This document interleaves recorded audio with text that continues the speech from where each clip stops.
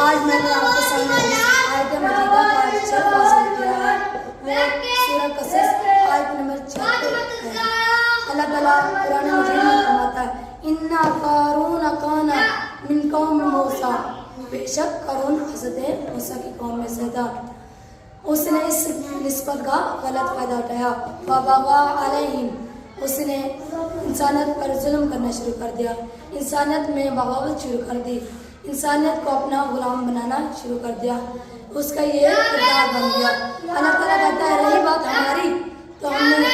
وَآتَيْنَاهُ مِنَ الْكُنُوزِ، ہم نے اسے اتنے خزانے دیے کہ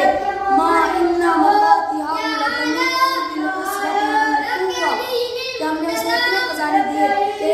طاقتور گروہ بھی اسے مشکل سے جا سکتا تھا۔ کتابیں تفصیلات سے پتہ چلتا ہے کہ اس کی چابیاں جو تھیں وہ 70 عہدوں پر اٹھائی جاتی تھی۔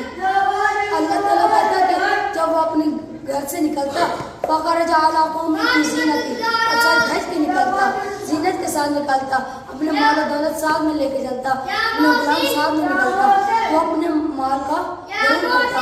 شوقی دکھاتا ہوا جاتا ہے اپنے گھر سے جب نکلتا نا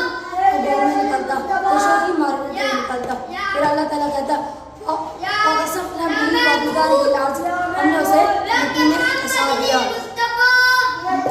وَمَا كَانَ لَهُ مِن فِئَةٍ يَنصُرُونَهُ مِن دُونِ اللَّهِ وَمَا كَانَ مِنَ الْمُنتَصِرِينَ، اللہ کے سوا اس کا مددگار کوئی نہیں ہے، نہ اس کا مال اس کا کام ہے، نہ اس کے غلام اس کے کام ہے، نہ اس کے دوسرے اس کے کام ہے۔ اللہ تعالیٰ نے جس انسان کو بھی مال و دولت دی ہے اس کو اللہ تعالیٰ کا شکر ادا کرنا چاہیے، اور اللہ تعالیٰ نے جسے مال و دولت نہیں دی اسے بھی اللہ تعالیٰ کا شکر ادا کرنا چاہیے۔ جا غور غریباں پہ نظر ڈال بے برت، جا